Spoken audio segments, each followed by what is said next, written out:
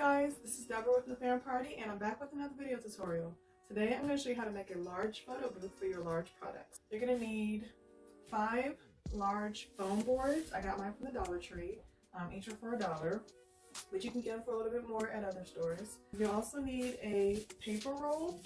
You can get them from a craft store for about $10. If you have a coupon, you can get it for half off.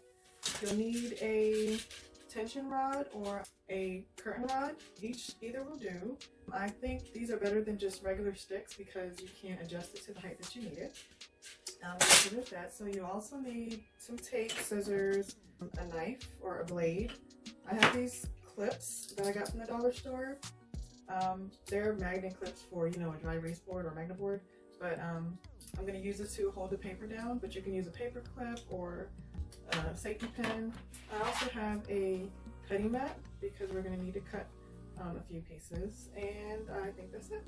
Let's get started. Alright, for this part we have to cut out the sides. To measure it, it doesn't really matter what size you choose. You don't want something too big, and you don't want it to be too small. So 5 inches is fine. What I'm going to do is I'm folding a sheet of paper in half, and this will be my guide. And so I'm going to measure this length, measure this width across the entire length of the board.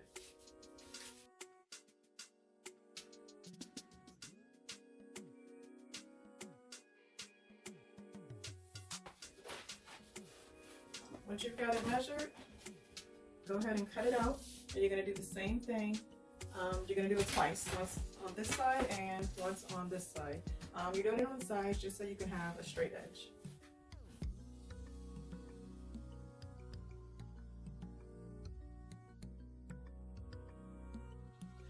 Oh, I forgot to mention, you might also need some hook and loop straps, but you won't need it until the very end, so I'll put this aside. Alright, so we need to make a little notch for the rod. So to do so, we're going to measure a spot for it to go. Alright, so line up the boards together, make sure they're straight, and mark where you want the notch to go. Preferably in the middle.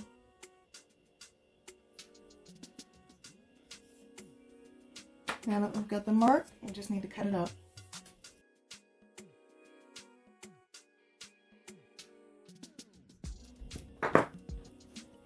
Alright, let's cut the notches. And these should fit in nicely. Alright, for this next part, we need to combine the remaining 4 boards. We're going to do it 2 at a time. So we'll line them up horizontally. Well, yeah, like that. And just tape them together.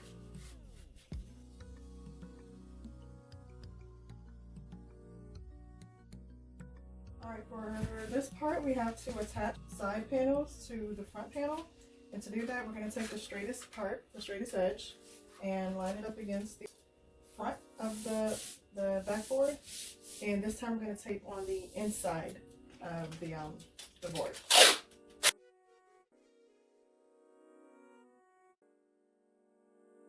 Alright, so now I have to attach the top to the bottom. And I'm going to do that on the back. This thing's huge. Somehow. Line it up. Make sure it's straight and even. And then tape along the center.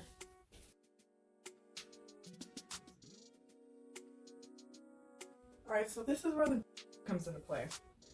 If you can see, when you hold it up, this flaps don't stay closed like I need it to. And even if I put the pole there, it's not going to stay. So what I'm going to do is going to cut 2 small pieces of this, fold it, and I'm going to use it to help support and keep this closed.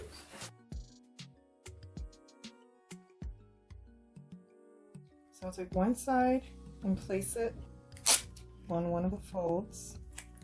And then I'm going to need to put some tape on the back of here so I can sit it under there. But I'll take the other side and place it on like that. So to attach it to the board, I'll take some tape.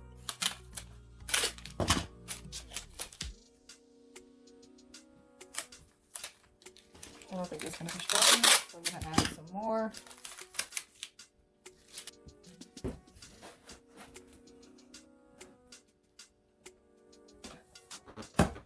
Now that's where I want it to go.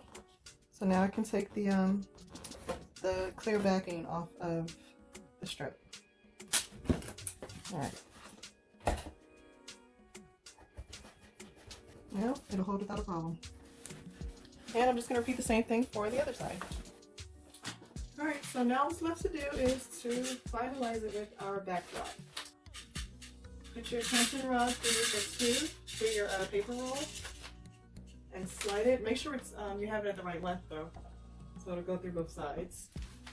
And then slide it through or drop it into the notches you made. Now to pull it down, that's why I have the clips. Helps to weigh it down. Alright, so here is my finished photo booth. I've got it set up with my lights on the side, and let's test it. So I don't have any diaper cakes made, but I'm going to test it on one of my long-time procrastinations. This card box that I've been working on for years. Well, I haven't been working on it for years. I started it about a couple years ago, and that's where I left it. But so I have the lights, and that's how it looks. So now I didn't get to show when I made this, but I have two diffusers that I use. I just use some of the extra foam. I cut out a square, and I used a ruler to measure the edges, and I cut out another square on the inside. And then I put tissue paper around it. Then I got some more of the foam board and made like a little stand for it to stand up on its own.